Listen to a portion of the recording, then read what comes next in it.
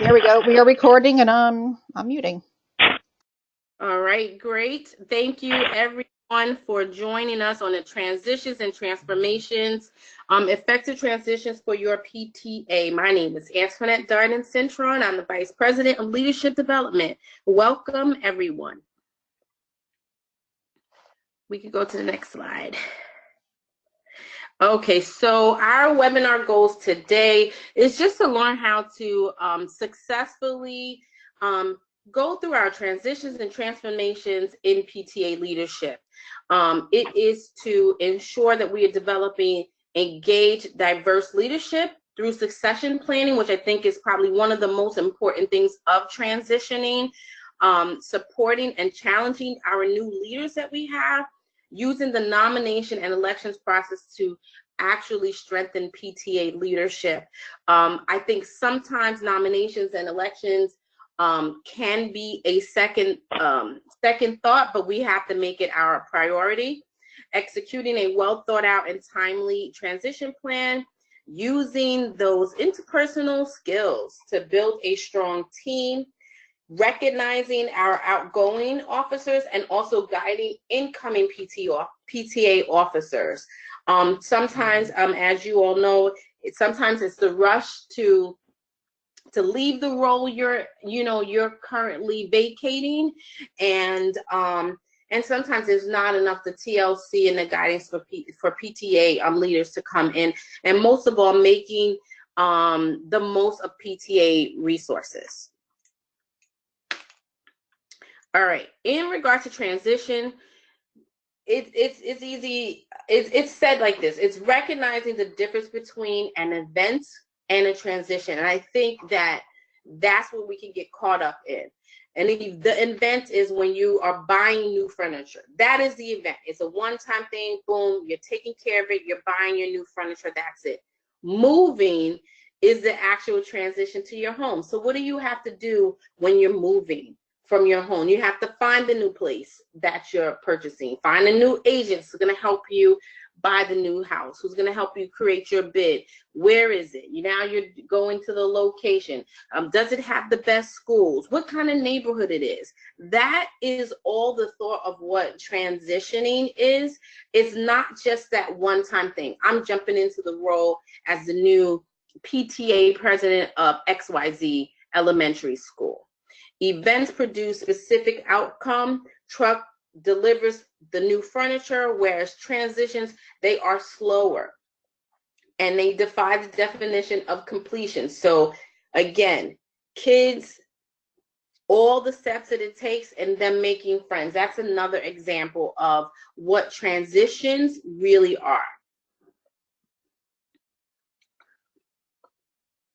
All right, how to transform your PTA or council and eradicate the barriers to volunteering. So a lot of times just the tackling, being open to talking about the barriers of getting diverse volunteers is probably the most and the first step. When you reflect, you have honest dialogue and openness about how to create change that will sustain your unit or your council, to help it thrive beyond what it's ever been, help it to really have great potential. Some of the barriers to volunteering and getting people to volunteer for your PTA, especially in leadership roles, does lie in: what does your board look like? Does your board reflect your surrounding community? Not only in regards to economics and race, but in regards to the language they speak, in regards to the type of families they have. Are they a lot of single, families, single parent families? Are there, LGBTQ families? What does your families in your school look like? What's the vibe during your PTA meetings?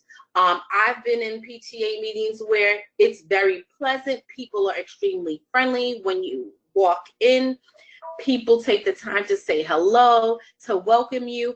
And then I've been in other PTA meetings, and many of you might have as well, where it's not a friendly environment and it's not very welcoming, and you can tell who doesn't like who and things like that.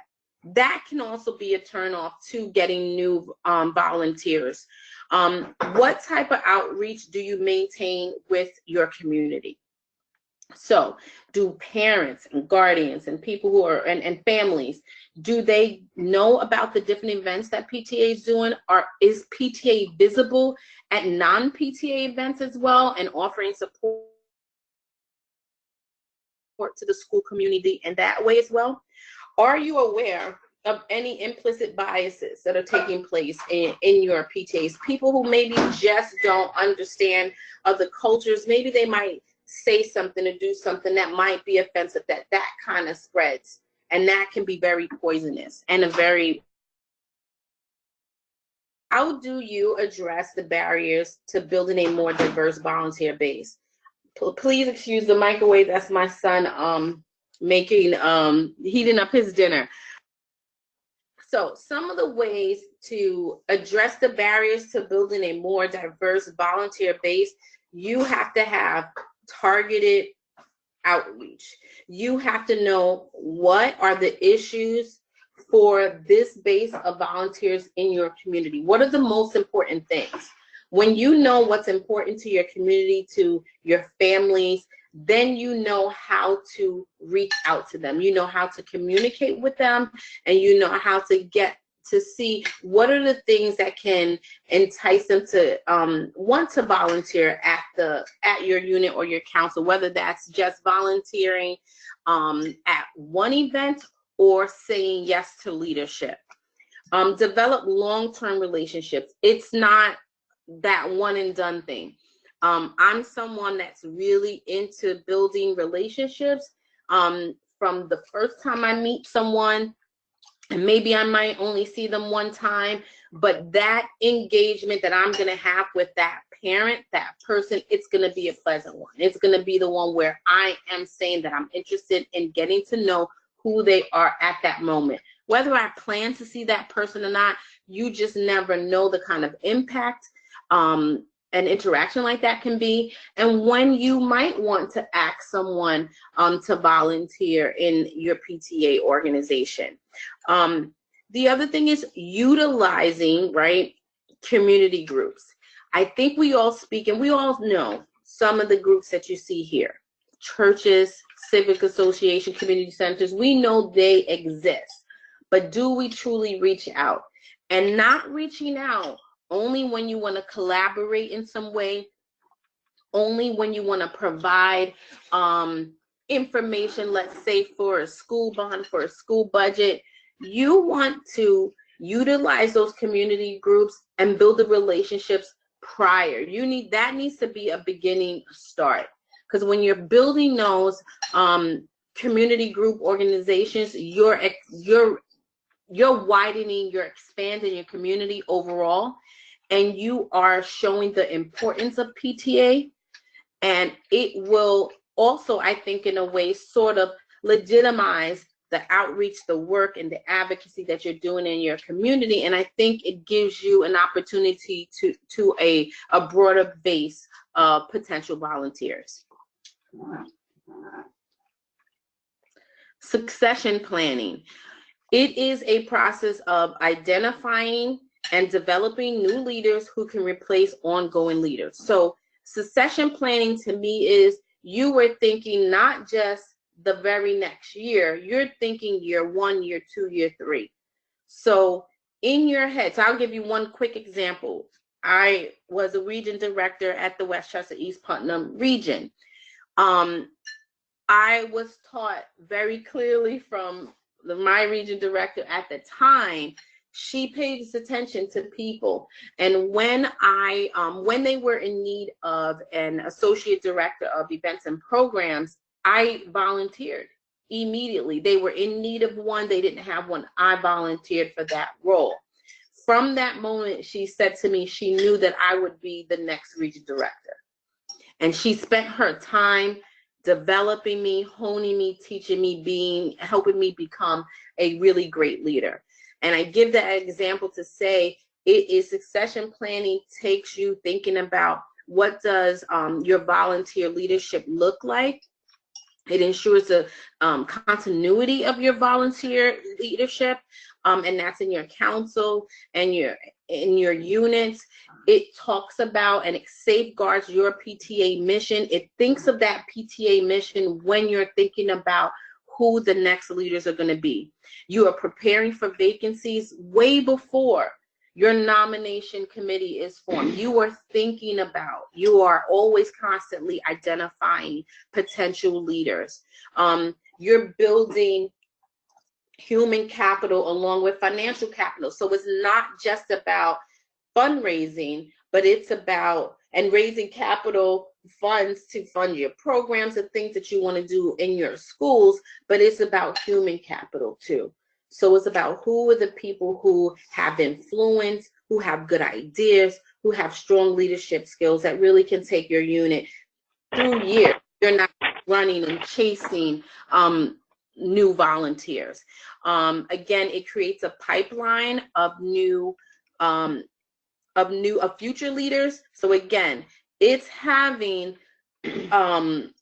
this treasure chest, I would say, of volunteers, because at times we might have that one person we have in mind, and that person will say no. Do you have 2, 3, 4, 5 people after that may say no to leadership, but maybe the second person might say yes, or the third? And it helps to create a great reputation of the PTA, and that being the place to be. I think that one of the things that that helps us or that hurts us in a way is that when people see that the PTA struggles to find new leadership, I think it sends out the message that PTA may not be as desirable and all of that and a bag of chips that we think that PTA is. So we really have to be mindful of succession planning. It is really important in sustaining our PTAs. Okay, so what does succession planning take? Of course, the most important committee of all PTA, which is the nominating committee. This committee should have focused work throughout the year, all year long, identifying and recruiting new officers. This is really a key part of ensuring that you're not you're not on a constant search for new PTA leaders. The primary purpose of the committee, of course, is to ensure that the compensation of the board is systematically refreshed. We don't want to see, someone that may have 2 terms and now they're in their 3rd or 4th. Again, that sends the wrong message out. It lets your community and potential volunteers know you are either struggling to find someone to replace a leader that should be outgoing, or it sends a message maybe that leader doesn't want to let go. And how many people really, right, want to be a part of something where someone may not want to let go? Maybe they've been around too long. Also, what you want to also think about is when you are searching for your new leaders, the nominating committee must keep in mind what those skills and competencies and qualities that you're looking for on your board. And sometimes that's not the same elsewhere. Other than, I think, the thing that might be the same no matter where you are, which is, does the person have enough time to do it? And to me, I don't think that's the judgment of the nominating committee. That's the judgment of the nominating committee to have that conversation with that person that may be considering leadership, that may be interested in leadership, and asking the right questions so that not only you get to know how much time that potential leader has, but that potential leader can have the conversation and it can spark in their minds for them to really be a good judgment of how much time that they have.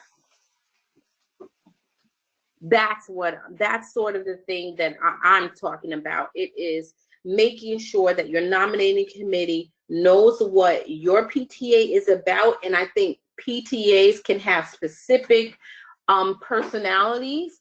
And is your PTA a PTA that is a positive personality, distinct to itself, and are you looking for people that can bring something to the table to enhance that?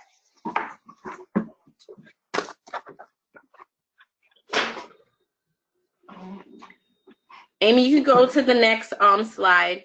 While we're getting to the next slide, I just want to remind everyone, because I did it in the beginning, I'm going to go through the slides and I'm going to take questions towards the end. So please feel free to type. I should be able to scroll up later on and be able to see what your questions are, or you can wait till the end and pose your questions and I will happily answer them. So nominations and the procedures. The nominating committee, again, is the most important committee in PTA. They are defined in your bylaws. You are given all the, you should make sure that that nominating committee has all the necessary materials. So some of those materials may be, of course, your bylaws.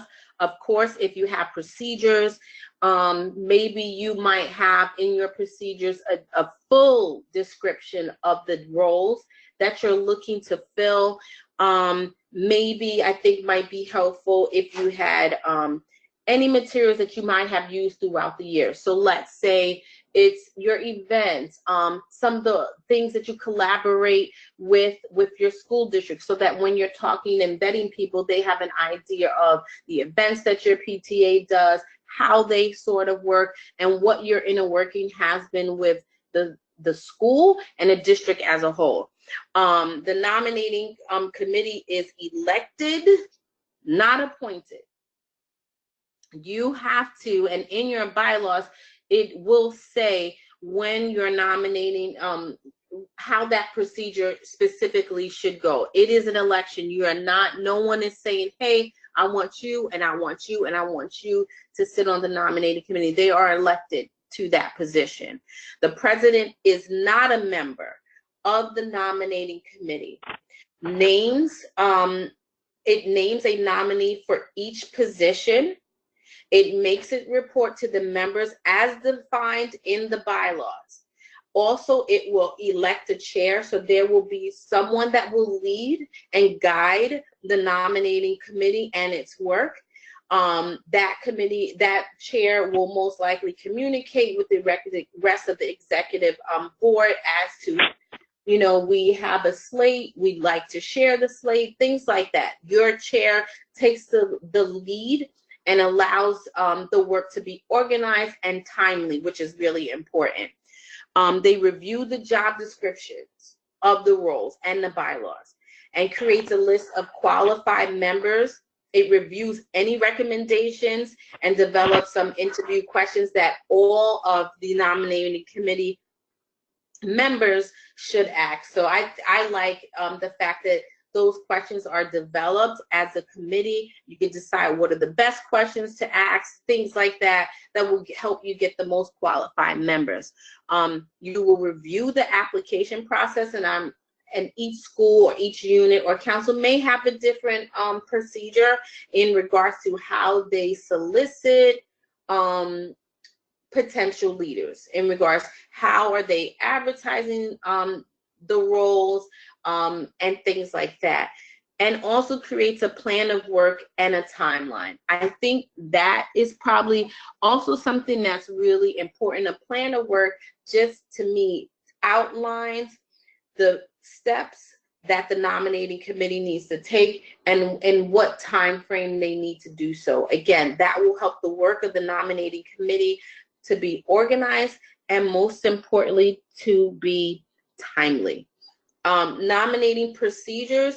Procedures, again, is a document that describes all PTA positions, including their elected officers, appointed board members, their duties. That's exactly what procedures will do. And sometimes procedures may have a calendar showing the different events that your unit has traditionally had, things like that. Make sure all nominees are fully aware and familiar with the procedures.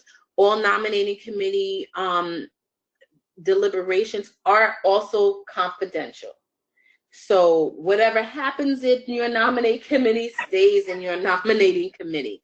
It's that type of thing. You don't want some of the conversations and discussions about the different, let's say, potential leaders that you had to leak. Maybe someone didn't like someone's leadership style in the past elsewhere, and that kind of chatter gets out. It just sends a bad message. So you want to make sure that those are confidential conversations. And the nominating committee nominations do not need advance approval from the executive committee or the board. Again, it is your work. It's the work of this committee, and that's what should happen moving forward.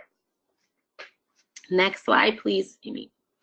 Okay, your elections. Make sure notice is given within 30 days of the election to all members who is being nominated. Have your nominating committee chair present a signed committee report, present the proposed slate of officers, and ask for nominations from the floor. These are just some of the things that should take place. This is required, again, for fairness and transparency. Vote by ballot if needed for a true vote, or a secret ballot, which is a written vote, will be a true measure as well. And only one nominee per office. That's what we normally suggest. That's what I've always been told from the beginning. You want, to me, as a nominating committee, you are saying that we have searched, we have found, we have vetted the best of the best for our unit or council. And this is what we are presenting to you. So that's what the message is. It's like we're not halfway on people. We're not maybe. We are committed to what the committee's work has been done and the volunteers that they have selected for the slate. Next slide, Amy. Continuous succession planning, the leadership transition document. So for unit and councils, there should be some sort of leadership transition document. It is all about making sure that you are being an effective leader, you are being a productive team member, and that is really essential for all board members. I think these are some of the things that can be missing sometimes from transitioning leadership, and I think that it's important to really help the process. So here are the things I did do. So these are the questions. So I'm leaving, let's say, my current term as president. So here are the things that I do either every single time or most of the time during my term. So this way, whoever the person who's following in my footsteps or following in the role, they have a strong knowledge base of the things that they should know and some of the common practice in that role. Let's say a president, what I was talking about. And here are the things I wish I did do. So now you're providing that person that may be coming behind you with some reflection of, wow, if I known this, then I would have done this instead. So it's reflecting on what you did and what you could do better. And I think that really allows your successor to have some insight to the inner workings of the role that you were holding. And it allows to know some maybe some best practices that you might want to have in place. Also, here are the things that I suggest for my successor to address during the first 30 days of office. Again, I think sometimes people are ready to run out of their roles, and that's the thing that we really have to stop, because when you're running, that next person coming behind you or the next person that may come behind your successor a year or two behind, it just looks like, wow, that person is trying to get out of here. They didn't stop. They didn't talk. They didn't help me transition into position. This must not be a very good role, right? So you need to be able to help that person have a good solid foundation of a good start for the least the first 30 days. And you're giving them of what to expect, some of the things, some of the duties they need to roll. They need to make happen. So for example, well, I can't see any hands up, but I think you guys will understand what I'm saying. How many of us left the role, and I can say, and I'm going to use region director for example, left the role and didn't know that they needed to go in and, let's say, approve Form A's. How many unit presidents didn't know that that's what they needed to do as well? So that type of thing. So that usually Form A approve, going through completing your Form A is something that should be done. If it wasn't done by the prior president, it should be done by you. So just think of the things that the kind of transition, the kind of start that you would want for yourself.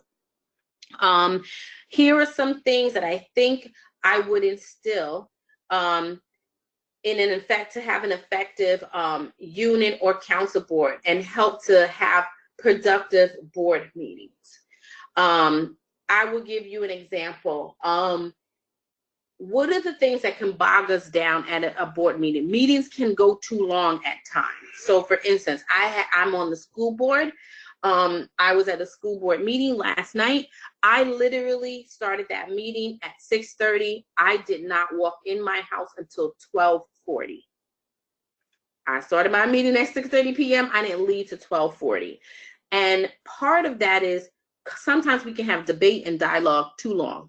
And sometimes you guys may even recognize it in your own units of PTAs, units or councils where you're talking about an important topic, and maybe Joan might say something 2 or 3 times, and then Rob says something 5 times. That's too much. You have to have a practice that will allow your board meetings to be efficient and very productive.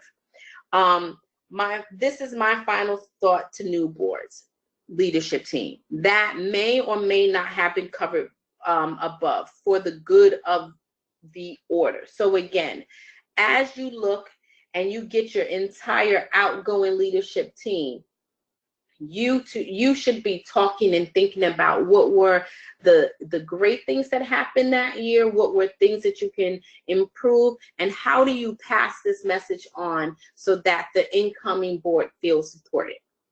Next slide, Amy. Okay, so supporting and challenging new leaders. So there are two, as you can see, I have them with 2 different thoughts. So to me, the supports that I think new leaders have is, number 1, having a clear understanding of PTA's mission, PTA strategic goals, and these things can surely be found on New York State PTA.org. It can also be found on the National PTA website as well. But these are very important things, and I think sometimes we get so caught up in the silos of our own communities and our own schools that we forget about the greater mission of PTA and our strategic goals, and how do we employ our advocacy for children. So that's an important foundation, supporting foundation to start off with. I think understanding, again, the board dynamics, how your board works, the personality of it, what works well with it, what are the things that you want to improve with it. The financial policies, that needs to be clear, not just by your treasurer, but by all board members. What are the committees that have? How are they how are they working? What areas do they cover? What committees are effective? What committees are not but need help? The communication practices. So one of the things that I think is very helpful, and this is a small example of a communication practice. Like I said, I'm the VP. I'm one of a few VPs on our New York State PTA board. One of the things that I really appreciate that that our president, Lori Zaman, and our executive director, Kyle Bella Kapitsky does is, if there is something very important that we need to know as an executive committee, they don't just email it. They will in hand text it to say, hey, have something important, need your feedback, please take a look at your email. That is such a small but a very important example of a communication practice that could be very helpful to a unit or a council board. And conflicts of interest. I think people really need to have a really fundamental idea of what conflict of interest is.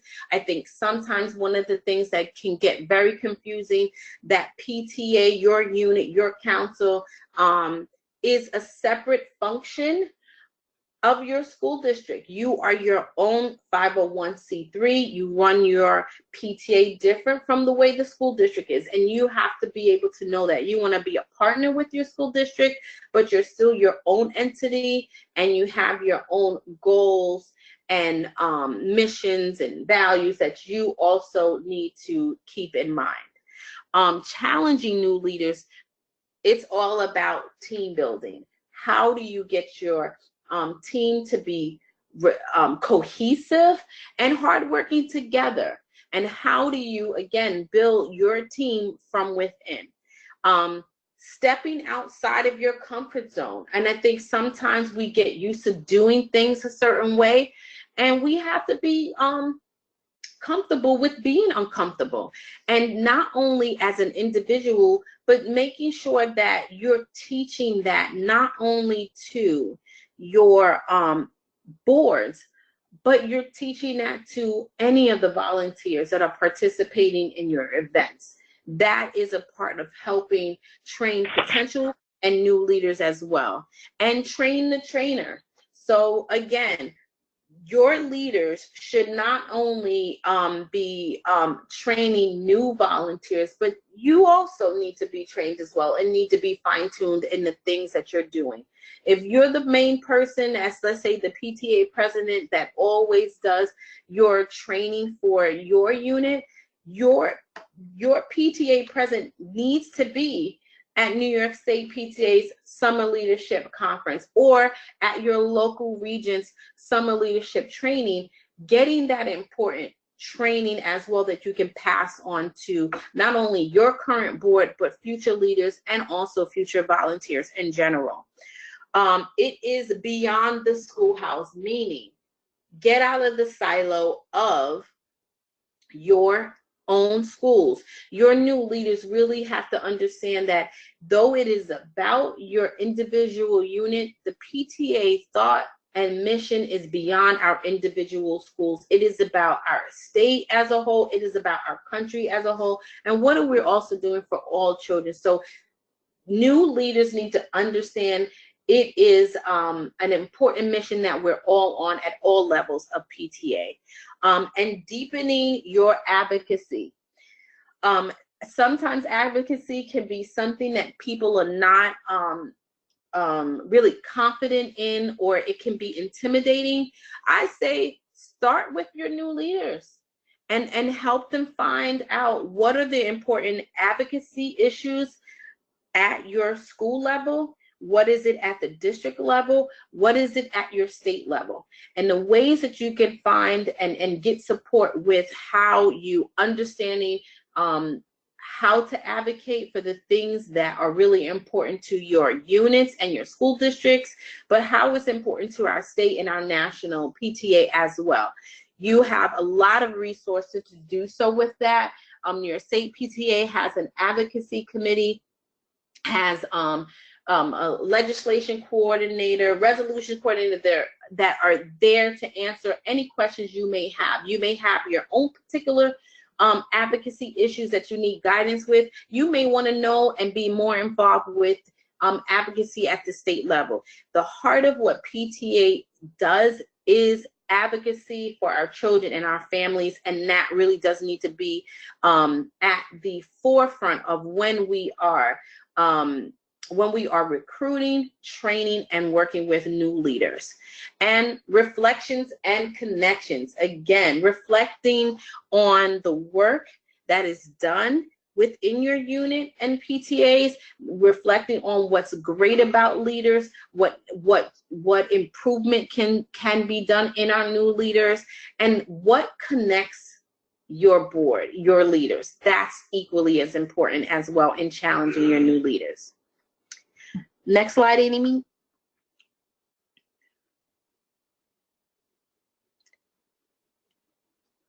So transitions, a critical time in moving from one year to another, from one board to another. So here are some of the steps when we think about making that change. The outgoing board should always complete an end of the year checklist. Again, something that allows you not to forget the important details that a new board transitioning in will need to have a really effective and smooth transition. Meet to debrief and evaluate the work of the year. So this should be happening, I think, with your outgoing board, really getting to understand of what we did well, what we can improve on, any suggestions to offer your incoming board. That's another thing that I think is really important. Fully complete your term and task. Don't do that you're the old treasurer and there was no audit, and you hand over to the new treasurer, here are the books, here is the PTA money envelope, see you later. Let's not do that type of thing. Let's fully complete the work that we committed to and make sure that we're completing all tasks so that someone is not walking in trying to complete something that they really don't know a lot about at this time. Meet your successors. To me, that's important. It shows that you value the role that you held and you're introducing yourself, you're being available for any questions. That's an important thing. Turn over all the resources and the materials in a timely manner. I have seen it as a region director where I've had to go in and demand documents from one president so that I could give it to another because they did not want to let go. Don't hold on to those resources. Turn them over so that the next board can be able to start on time and have all the necessary tools that they need to have with them. Host a get-together honoring the outgoing board and celebrating the upcoming journey of the new board. Celebrations, I think, again, it is a pleasant time to recognize each other for the work that the outgoing board and to say welcome and to say thank you for saying yes to leadership. I think that is something really important, and it allows a really nice, I think, ending to one term and a really beautiful beginning to another. Next slide, Amy. The incoming board should always register for New York State PTA training. There is Summer Leadership Conference. It's one of my most favorite PTA events. It is a great beginning, especially if you are transitioning into a new role. Also, there is convention, New York State PTA convention. That also is a really great opportunity. There are workshops that takes place there, but most importantly, you get to see the business of New York State PTA. You get to see how new resolutions are presented, all sorts of things like that. Bylaws sometimes are being proposed. So it's a great time to really see a highly effective and functioning state PTA at its best. Order any necessary materials. So make sure don't leave with your checkbook totally finished. There are no checks left over, and leave it for the next board to have to take care of.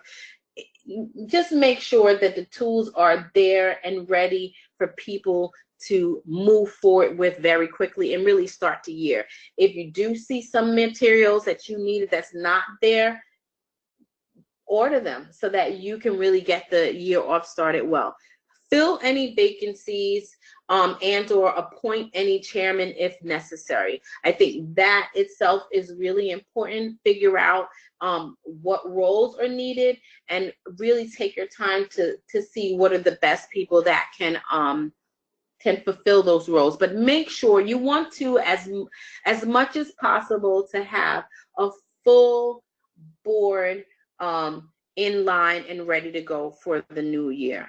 Work on your goals for the year and develop your calendar of events. That's really important. I think sometimes PTA, we jump into that calendar and say, okay, we have A, B, C, D going on this month, and you just start running with it. Have goals. Your unit should have maybe 1 or 2 goals that you will concentrate on and focus on through the year. I think it helps keep the board together as a team and help keep you grounded and help keep you really focused. Meet with administration. That, without a doubt, I don't think you even have to say you need to know who your administration is. They need to know who you are as new members and get an idea of the type of relationship that you'll have working along together with the administration. You can share what are some of your needs as a new board, and I'm sure the administrators will feel free to share what their needs are as well.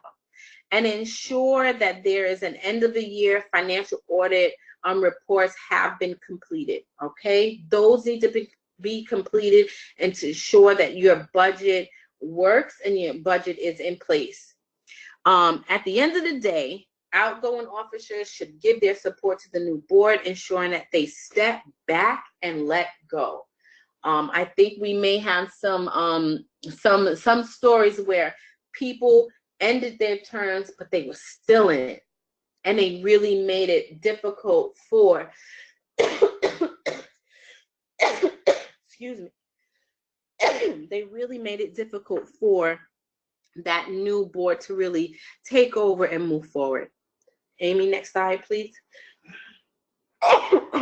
Please, excuse me. Simply put, interpersonal skills are people skills. They are skills we use when communicating and collaborating with others. So some of the most common interpersonal skills, I won't name them all, is active listening. You're paying attention. You do not have your cell phone in your hand. You're talking. You're engaged. You're collaborating people. You're trying to problem solve and not bring a lot of problems forward.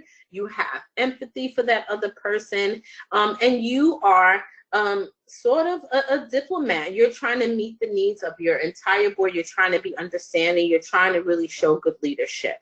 The 2 interpersonal communication skills, I think, for success is active listening. Again, it is communicating. It's a communication techniques that involve full and active application to the listener. You're listening. So what that looks like, an active listener, are you giving that person eye contact, the nodding of the head, and that is of not necessarily I agree, but that is of I hear you. Smiling, if you want to smile to me, smile, that indicates, okay, I'm getting it. I like what you're saying. Verbal affirmations such as yes or okay. Again, that's letting that person know that you are attentive to them. Body language. Body language you have to watch out for. Avoiding eye contact, to me, that says you're hiding something. You don't like what I have to say. You don't want to hear what I have to say. Folding arms. That kind of gives like a standoffish kind of feel. So you want to be careful of that. Looking at your watch again or your phone, that shows that, maybe what's being said is not really important. And yawning or fidgeting. I think that's easy to understand. Yawning, you're saying I'm done and I'm bored with what you have to say. Okay. Those were some of the really important interpersonal skills. I am sharing some of making the most of PTA resources. Again, you will see a variety of links here. You have links to national PTAs, standards for family and school partnerships. They will give you a lot of important tips on how to run your PTA. NewYorkStatePTA.org has a variety of resources. There is a leadership development page where you can go on. You can see all of our webinars. You can find PowerPoints on there. You can find a lot of resources. Our resource guide is on it. You can also find our advocacy tab so you can see what our position papers are, what we're currently advocating for, what's the most important things, all of those different areas. You can find out all of the New York State PTA Board of Directors, which may be able to help you in a variety of different ways. And I have some other links. Create the Good, that website, I put that up there because it really talked about volunteer leadership, and it had good tips and tools on how to recruit and keep volunteer leaders. So you can click on any one of those resources, and they're all about volunteer leadership and how do you sustain that. I think next slide. So you all, okay, so any questions? I have a few minutes left, but I'm willing to answer any questions that you may have. Let's see here. All right. I am going to start with Chris, and anybody can jump in at any time if you have more questions. It says, having documentation applies to committee chairs as well. We are now having committee chairs write up a mini report with things to do and know with a timeline. That will help the next chair. I agree that not having that has happened to everyone and turns people off of volunteering. They just don't know what to expect. Chris, that part is so true. And I think that sometimes, especially if you're really committed to PTA, you really loved your role, I think sometimes we can get so caught up with the work that we have done as individuals that you don't think that maybe that next person stepping in may not know what to do. And I think that's something that we really should be aware of. So having, yes, your role documented, what are the standard things that you do, what are the new things you brought to the table, what things that you could have improved. I think those things are really important. What do you do if a chair won't give up a committee and the co-presidents go along with it, even if there are volunteers that have come forward? Isn't the role of the executive committee to appoint the chair people as a committee? Well, I think, and it says co-presidents. Okay, so a couple of things. I know as region director, I of course thought about the people that I wanted to appoint to those roles, but it was done in conjunction with the with my executive committee, getting their feedback on the people that that I thought would be best for certain roles. And I think that was really important because me personally, I'm a collaborative person. So I thought it was important not only for me to think about the people that I wanted to fill the roles, but to get feedback on that. Sometimes you never know when you miss something. I think what you should do at that time, and I guess if you're on the executive committee, of course, you should have a conversation with your fellow committee members about longevity. I think when we keep promoting this, just the same person, I think again we get to that point where people don't see where they may have a place in that PTA or in that unit, and that's something that the co-presidents and the committee, as the executive committee as a whole, needs to have an understanding. How are we going to sustain our unit if we just keep the same people? It potentially is a turnoff to people from volunteering. So if you're doing that with your committee members, what would make someone want to be forget just a committee chair, what would make someone want to be an actual officer if you see the same people there over and over again? So I think maybe if you might have the conversation from the perspective of, you know, how do we grow our leadership? How do we keep other people invested and interested if we keep the same people remaining? That I think would be another way of tackling it. Another way is possibly, depending on what I do in another organization that I am a part of, we sort of get someone that if I'm a chair, maybe someone that's on my committee that I see potential as being a replacement for me, I'm sort of taking that person under my wing. That's another way to think about it. Is like, hey, I'm going to do this for a year. I'm going to take somebody under my wing and teach and pass on. No? Yes. Does somebody have a question?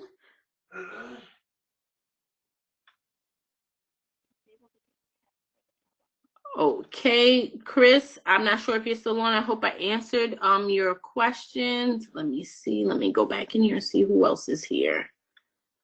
Oh, by the way, go back.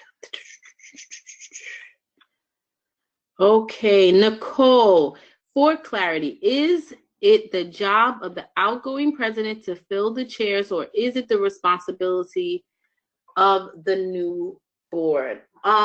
Lori, I believe you're on here, and you jump in if you need to. I believe it is the responsibility. To me, if I am the incoming president, I feel like it's the responsibility of the new board. A chair, the elective officers are your executive committee officers. So that is your president, your vice president, your treasurer, your secretary, recording, things like that. I don't believe your membership shouldn't be elected. So I believe that should be the duty of the incoming board. Lori, again, you can jump in if you think I'm off. This is Amy, because I have to log in as Lori just to make this thing work. Oh, so, okay. Yeah. All right. Sorry, but that makes sense to me. No, thank you, Amy. Yes, so it doesn't make sense for the person who is leaving the role to appoint people. It really should be that incoming president. Okay, let's see. Chris. I'm going back to you, Chris. Oh, yes, thank you. It is a tough situation because some people, but that is an example of, Chris, people not wanting to let go. That is the problem. And I think that's sometimes what turns people off from PTA. People don't want to let go. And I think, I don't think someone should hold a committee seat beyond, at the region, I think we normally try to keep or try to limit committee chairs to 3 years. I don't see anything beyond that. And if it's at the unit level where there should be more an inflow of volunteers, I almost want to say no more than 2 years. But that's my opinion. I'll read it in a few minutes. All right, let's see what else. I'll get in a minute. I think that's it. Nicole, I agree, but how? Oh, I agree, but how I address it. I think that, I think you can address this. Well, Nicole, let me ask you this: what is your current role? I guess. Are you just a volunteer? Are you a member, or are you off? Yes, you're the incoming president. Okay, great. I think that's a conversation with the outgoing president. I think that when I don't know if you guys have, what month is this? It's April. I don't know if you guys already had like a transition meeting or something. I think that you should probably try to see if you can set up a meeting with with the outgoing president. Have a seat, make it coffee, sit down somewhere and really talk about the work that you are doing, or that you will be doing, what you want to do, and that just as president, she may have had the opportunity to select, the chairs for her, that you want to do that as well. You want to be able to select the team that you will work with moving forward. That's the thing that I would do. If that doesn't work, having a conversation, giving her an idea of your vision. The other thing I would do is look in your bylaws. Does it say anything, which I don't believe it does? Does it say anything that specifically says that the current president has to select the committee? If it doesn't, it's not a have. If you still have issue, and also if they have a procedures, you need to see what the procedures are as well and take a look at that. Maybe the procedures might try to define that as the outgoing president's role. So I just want you to look at the procedures and bylaws just to make sure you covered your bases to see what those documents say. If you still have difficulty, of course, reach out to your region and ask for support, guidance, and help there as well. If all else fails, there is a leadership development coordinator. You can also reach to that person, but guess who that person is? That person is me. I have 2 roles right now. So I'm telling you, start off with a casual coffee conversation, or tea if you like. Share your perspective, what your vision is. If that doesn't work, even if it doesn't work or not, still look at your documents, bylaws, and procedures, see what's in place there. If you don't get support and help, then you should reach out to your region director. All right, let's see what else here. Let's see, continue to go. All right, I think Chris, you're back again. Okay, let's see. Is there something in the materials provided by the state or regional that outline the role of incoming board? I mean, how realistic is it for me to say I was on a webinar where they said what should be done? Thank you for the suggestions. I think that it is realistic. Number one, Chris, you can direct them to nyspta.org and tell them to go to the leaders tab, and they will see webinars. Amy will actually have this webinar and this recording up. They can take a listen for themselves. It'll be up tomorrow. See, it'll be up tomorrow for you, Chris, so you can direct someone there. As far as let's see, as far as something in materials provided, the only thing I can say is there should be something in. It could be, so let me take that back. It could be something in your bylaws, but I don't think it's specifically, it goes that specific, or possibly procedures if you have it. If not, I would say for the future, that is something, and it sounds like that your unit needs to develop. And if you can, again, to get that type of help, you can reach out to your council if you have it, and you can reach out to them for help for this situation as well, and reach out to your region as well. Okay, let's see. I think I don't want to miss a question, so let me see. Go back up. Everyone. Oh, to everyone. Oh, wow, great. Let me see. Let me scroll down here. Hi, hello, one. We need ideas to encourage active attendance and involvement. Speaker. Okay, so I think Susan was answering that, but I'm not 100% sure. But I would say we just wasn't a meet and greet. Yeah, it looks like I do. There are some people who have added some great suggestions to that. So yes, I agree. Great guest speakers on different topics are important. Think about what are the hot topics in your community, and who can you partner with to address those topics, to share information. I think that's really important. One other thing that I say as far as involvement, sometimes when you're too broad and you ask for a volunteer to say, hey, we need someone to help out with the craft fair, sign up. Sometimes that's just too broad. I think sometimes you have to take a look and do you notice the parent that may come to the majority of your events, but maybe they don't volunteer, or the parent that you see every once in a while. Be very specific. Go to that person. Hey, we're having a crafts fair and we really need some help with setup. Can you give me an hour on Friday at 6 p.m.? Whatever it is, sometimes you have to be very clear and very precise and very targeted in what you are asking your volunteers to do. Sometimes being too broad is very it's too much. It can be overwhelming because people don't know what exactly they're doing.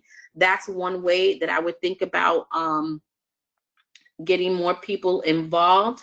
Also, I would say I love if you don't do it. I've heard a few districts that do this. They put out a parent survey that asks parents what are their hobbies, what are their jobs, what skills do they have. So then you can get to see what do your parents and families do that would provide a volunteer opportunity. So do you have a dad that's a graphic designer and you want to create a new logo for your PTA unit? That's something you can ask him to do. He's there, he's involved, he can help out in that way. So things like that can help you figure out what interesting things your volunteers are doing and what opportunities you open up for getting more volunteers to be included in your PTAs. All PTAs in our schools and my district are having that problem. Yes, our hot topic is an association that was started to help our immigrant neighbors but has turned into our type of units. Our new neighbors don't join the units. Now, Tina, who are your new neighbors? Are you saying that your new neighbors are the immigrants coming into your community? Are those the neighbors that do not want to join? I'm waiting, Tina, for you. Let's see, how active are your students? We are a PTSA. And so I don't know if that question is to me, somebody else. I think I would say this, in my PTSA, they are, okay, Tina, that's not your comment. Okay, they are having a little, oh, I see, not Tina. Susan, that's you. Susan, so I need you to chime back in about that. Tina, I can say for my school district, my son is active in it, and maybe one or two other students. I don't think, even though it's a PTA, the kids get PTA works to support what they do, but I still think that there's some disconnect because it still feels like, I don't know if I want to work with my mom. I don't know if I want to work with my dad and do this. I don't think that, I think that there's great opportunity for PTSAs to have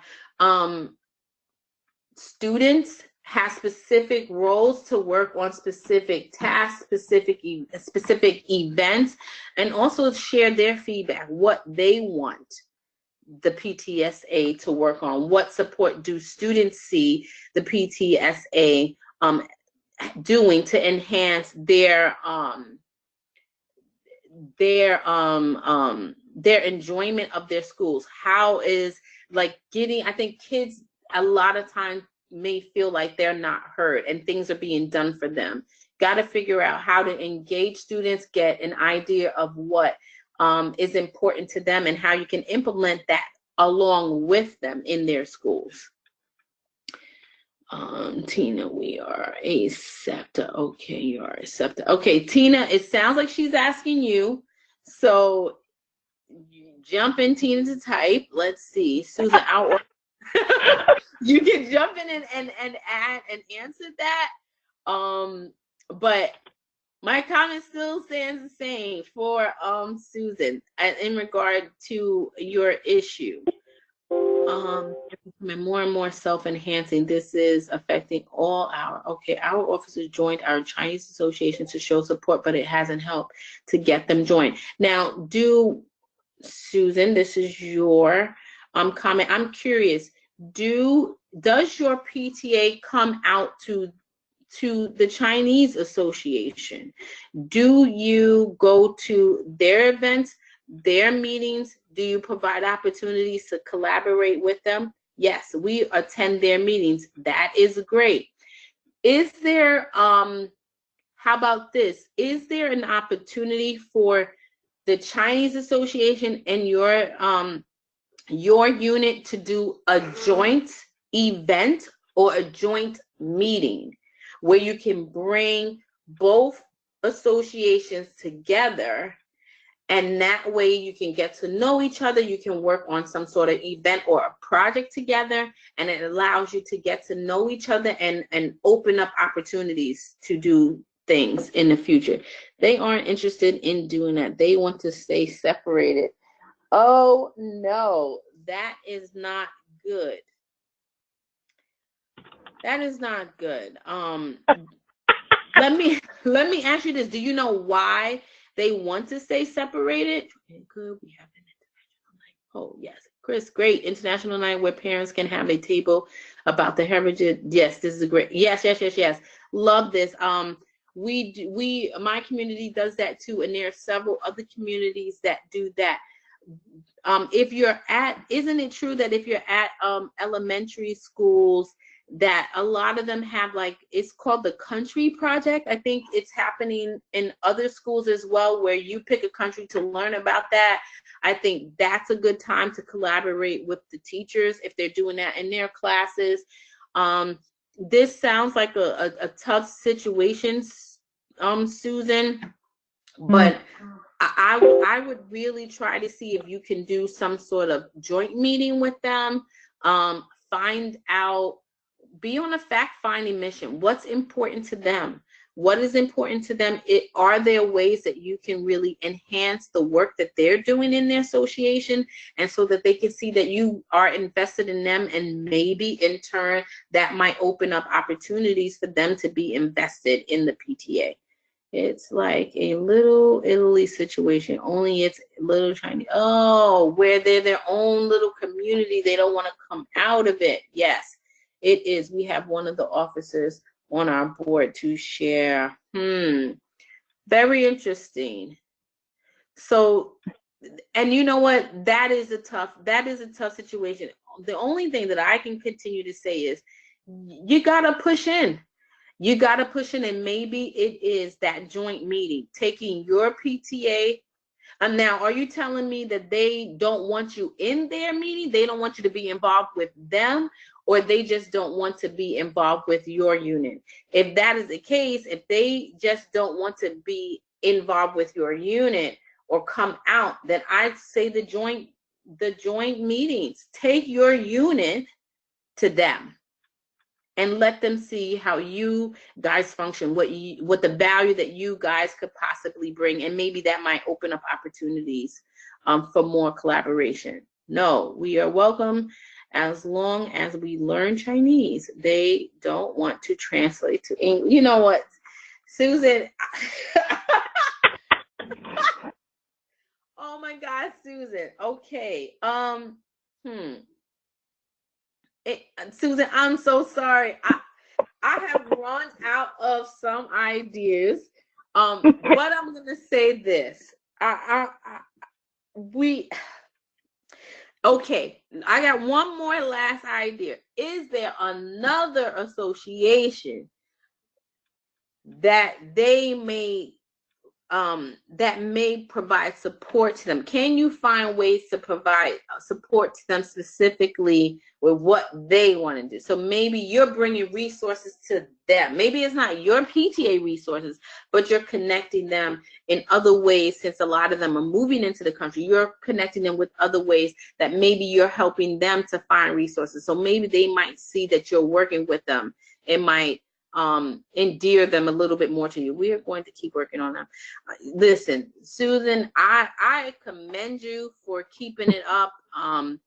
If you find out what the magic potion is, please email me so we can share it. I'm pretty sure that there may be some other communities that are having a really hard time.